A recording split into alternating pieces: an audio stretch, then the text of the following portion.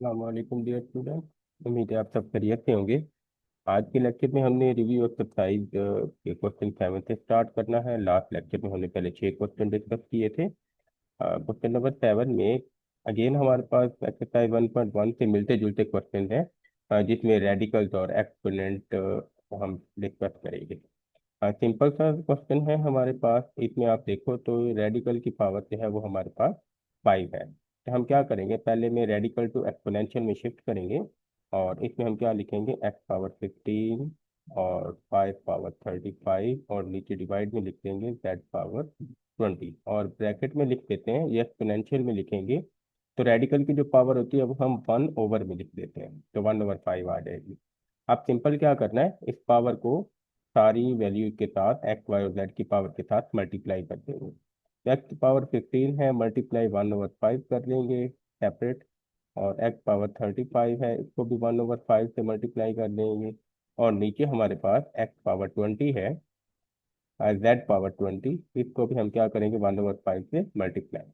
तो 5 3 jar 15, 5 7 jar 35, 5 4 jar 20। तो जो हमारे पास रह गया वो एक्स पावर 3, वाई पावर 7 और नीचे जेड पावर 4। और यही हमारा क्या है, इस क्वेश्चन का आंसर है। सिंपल हमने पावर को सेपरेट कर दिया, डिस्ट्रीब्यूट किया और कैंसल आउट करके आंसर निकाल लिया है। नेक्स्ट हम क्वेश्चन नंबर 7 के पार्ट 2 की तरफ आते हैं। वो भी हमारा सिंपल सा ही क्वेश्चन है। उसमें भी सेम हम यही करेंगे, पहले हम ये पावर बना लेंगे और फिर इसको सॉल्व करेंगे। तो ये 27 है, उसकी पावर लिखी हुई है 27 की 2x। और ये जब हम इसको फ्रैक्शन में रेडिकल कन्वर्ट करेंगे, अब यहाँ पे 3 है तो ये 1/3 आ जाएगा। नेक्स्ट स्टेप में हम क्या करते हैं, 27 की पावर ये आपस में हो जाएगी तो 2x/3 आ जाएगा। अब 27 का हमें पता है ये 3 टाइम्स 3 टाइम्स 3, तो ये 3 पावर 3 होता है, तो हम रिप्लेस कर देंगे यहाँ पे। और 3 पावर 3 और यहाँ पे आ जाएगा 2x/3। 3 से 3 कैंसिल, सिंपल 3 पावर 2x हमारा आंसर आ जाएगा। उसके बाद ये हमारा आसान क्वेश्चन था, short question, very important. Next question की तरफ आते हैं। इस क्वेश्चन 7 का थर्ड और लास्ट पार्ट है। इसमें भी सेम मेथड से हमें पावर को ही सॉल्व करना है। अब हमें पता है कि जब भी किसी नंबर की पावर ऊपर प्लस हो रही होती है तो हम उसको सेपरेट भी कर देते हैं पावर को। जैसे 3 पावर n+2 है तो इसको हम सेपरेट कर देंगे 3 पावर n में और 3 पावर 2 में। तो इस क्वेश्चन में भी हम सेम यही करेंगे, 6 पहले से लिखा हुआ है और 3 पावर n अलग कर दिया, 3 पावर 2 हम इसमें अलग कर देंगे। और नेक्स्ट 3 पावर n को भी इसी तरह से 3 पावर n अलग कर दिया, 3 पावर 1 अलग कर दिया, -3 पावर n राइट कर लेंगे। यहाँ पे आने के बाद अब आप देखो तो ऊपर आपके पास सेम चीज रहेगी, 6 डॉट 3 पावर n डॉट यहाँ पे 3 का स्केयर 3, ये आ जाएगा 9। और नीचे आप क्या करो, 3 पावर n यहाँ से कॉमन ले लेते हैं और यहाँ से 3 पावर n कॉमन निकल गया तो 3 पावर 1 रह गया, माइनस ये पूरा कॉमन निकल गया तो 1 आ जाएगा। 3 पावर n से 3 पावर n कैंसिल। और यहाँ पे आप देखो तो ये 6 9 जार आ जाता है, 54/3 -1 2, 2 1 जार और ये 2 27 जार 54 और 27 यहाँ पे कैंसिल करने के बाद हमारा आंसर आ जाएगा।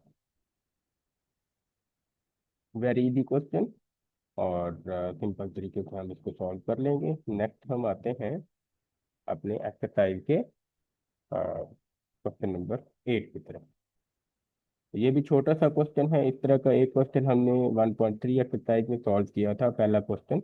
उसमें भी हमने 3 कंसेक्यूटिव नंबर्स को डिस्कस किया था, लेकिन यहाँ पे ऑड नंबर है, ऑड इंटीजर्स है। तो ऑड कौन से होते हैं, वो हमारे पास 1 3 5 7 9। इस तरह वाले सारे क्वेश्चन हमारे ऑड होते हैं, ऑड और इवन नंबर का आपको पता होगा। तो वो कहता है 3 कंसेक्यूटिव ऑड का मतलब 1 3 और 5 इस तरह से हो सकता है, या 3 5 और 7 या 5 7 और 9। कोई भी 3 लगातार इकट्ठे जो है वो ऑड नंबर हम लगाएंगे, क्योंकि कंसेक्यूटिव का मतलब होता है इकट्ठे आने वाले। तो ऑड नंबर अगर कोई भी आप रख लो 1, तो 1 से आपने जब 3 में जाना है तो आप उसमें प्लस करते हो 2। अगर आपको इससे अगला और नंबर लिखना है 5, तो 1 से 5 तक जाने के लिए आप क्या करोगे, आप उसमें 4 प्लस करोगे। तो मतलब कोई भी नंबर फिक्स करने से अगले और नंबर तक जाने के लिए आपको 2 ऐड करना है, और उसके अगले नंबर तक जाने के लिए आपको 4 ऐड करना है। तो हम यहाँ पे क्या करते हैं, हम लेट कर लेते हैं, लेट एक्स, और उससे अगला नंबर क्या करेंगे, उसमें 2 प्लस कर देंगे, x+2, एंड उससे अगला और निकालने के लिए x+4 r, ये हमारे क्या है, थ्री थ्री कंसेक्यूटिव इंटीजर, ये हमारे 3 कंसेक्यूटिव और इंटीजर है। तो अब हम आ जाते हैं अकॉर्डिंग टू गिवन कंडीशन। जो हमें कंडीशन गिवन है उसके अकॉर्डिंग क्या है कि हम जब तीनों को प्लस करते हैं, सम करते हैं, तो 51 आता है। तो प्लस कर दें आप यहाँ पे x+2 प्लस x+4, इनको प्लस करके 51 आएगा। अब आप देखो x+x+x, ये आ गया 3x, और 2+4, ये आ गया हमारा 6 = 51। और नेक्स्ट स्टेप में हम करेंगे, 6 को इधर ट्रांसफर किया, 3x = 51 - 6, और ये आ गया 3x = 45। अब ये 3 जो है ये तो जाके डिवाइड कर देंगे, तो x = 45 ÷ 3, और वहाँ पे टेबल काउंट करेंगे, 3 15 × 45, और x आ गया 15। पहला नंबर हमारा 15 आएगा।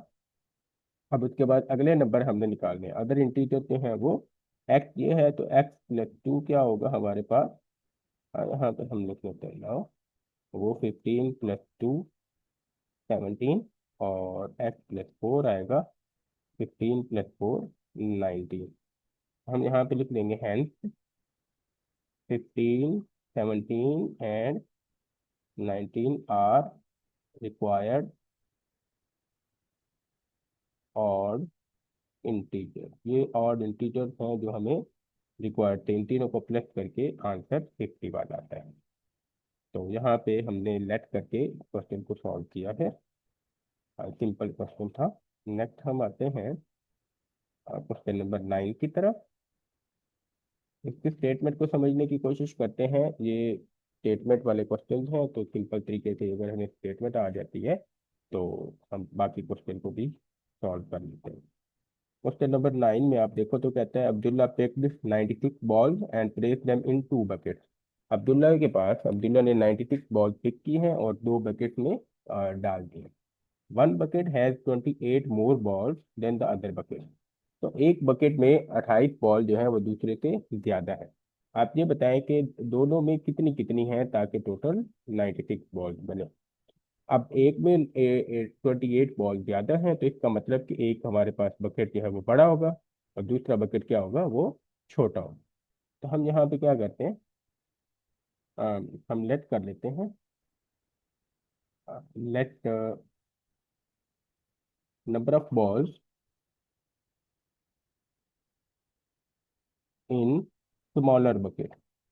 जो छोटा बकेट है उसमें जो है वो नंबर ऑफ बॉल जो है वो एक्स है।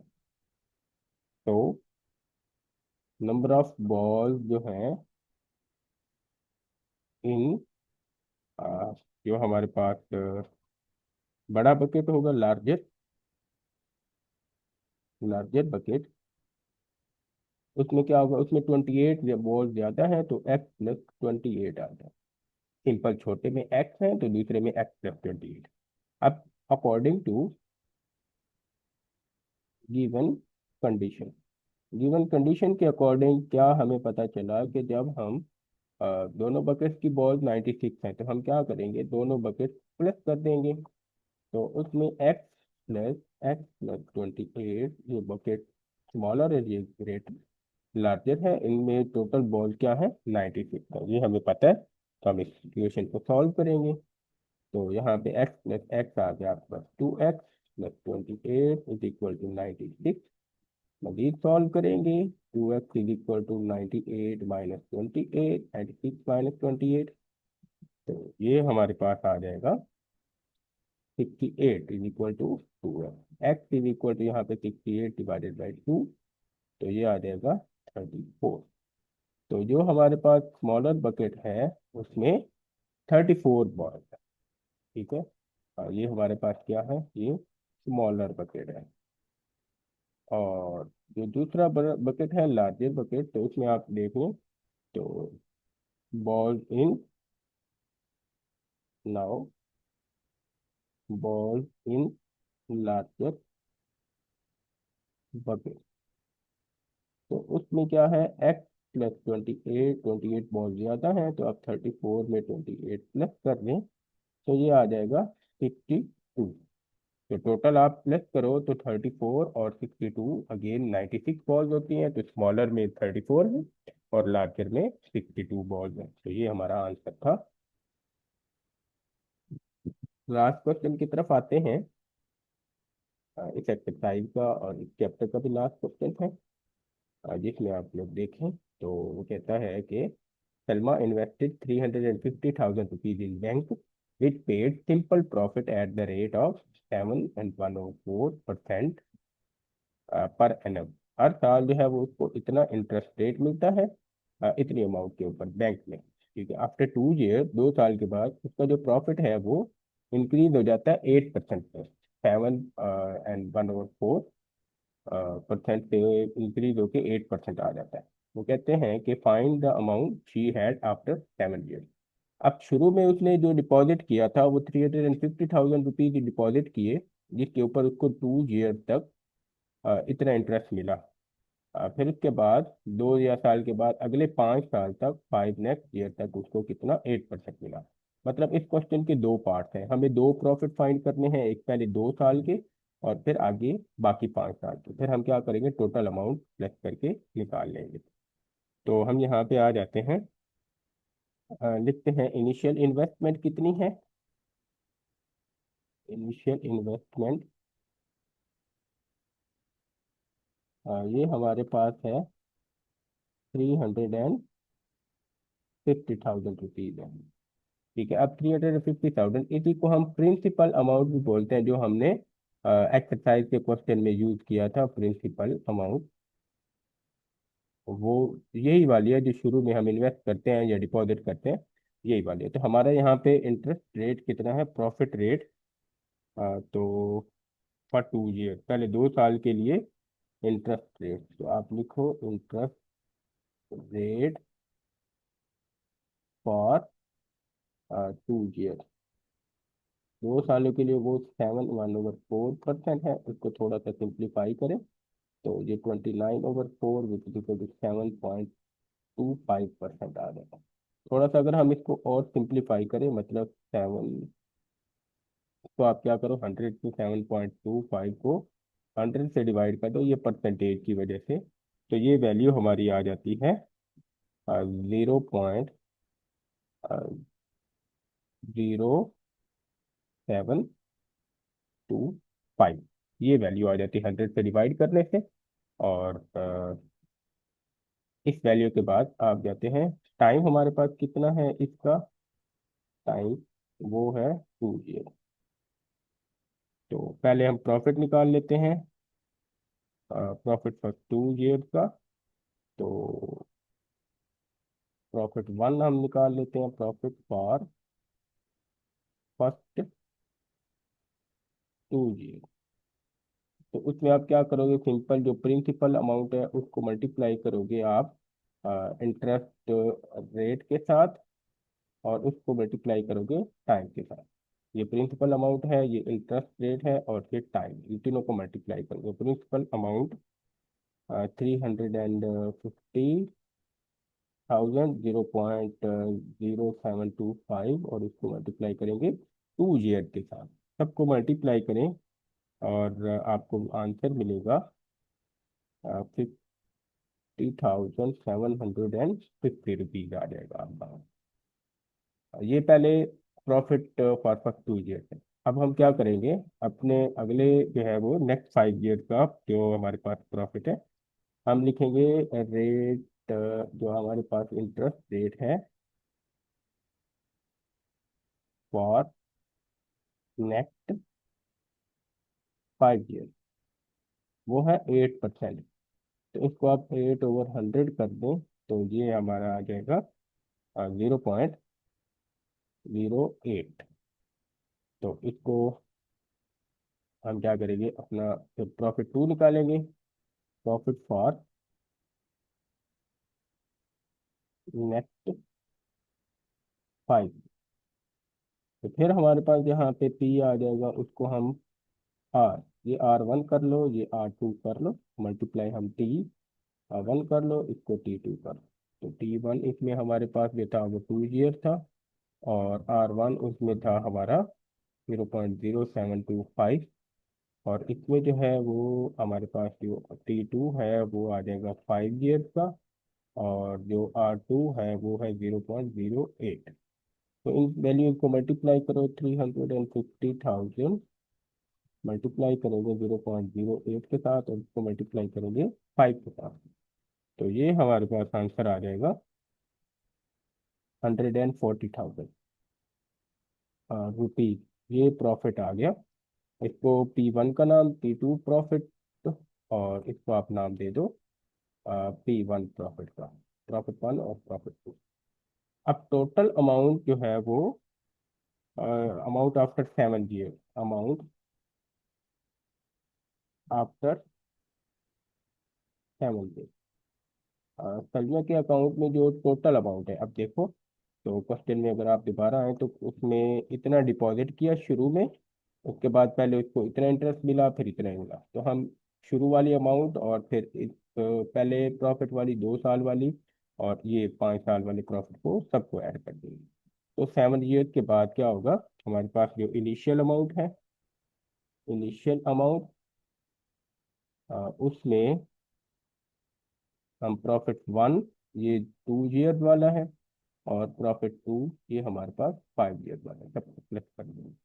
तो 350,000 में प्लस करेंगे 50,750, उसमें प्लस करेंगे हम ये 140,000, और सबको प्लस करेंगे तो ये हमारे पास आ जाएगा 540,000 रुपीज। ये टोटल अमाउंट है 7 ईयर के बाद। तो दो पार्ट इसमें बनते हैं क्वेश्चन के, बहुत आसान क्वेश्चन है। थोड़ा सा उसने स्टेटमेंट में घुमा फिरा के दिया है। पहले 2 साल के लिए अलग इंटरेस्ट रेट बताया, फिर अगले 5 साल के लिए अलग इंटरेस्ट रेट बताया। तो शुरू में इन्वेस्टमेंट बताइए, तो हम पहले P1 निकालेंगे, प्रॉफिट 1, सिंपल हम वैल्यू को मल्टीप्लाई करेंगे, फिर प्रॉफिट 2 5 ईयर के लिए अगली वैल्यू को मल्टीप्लाई करेंगे, और फिर सारी अमाउंट जो भी आएंगी सबको प्लस करके हम अपना फाइनल आंसर निकाल लेंगे। तो यहाँ पे हमारा चैप्टर 1 कंप्लीट होता है। नेक्स्ट हम चैप्टर नंबर 2 स्टार्ट करेंगे, और तब तक के लिए अल्लाह हाफ़िज़।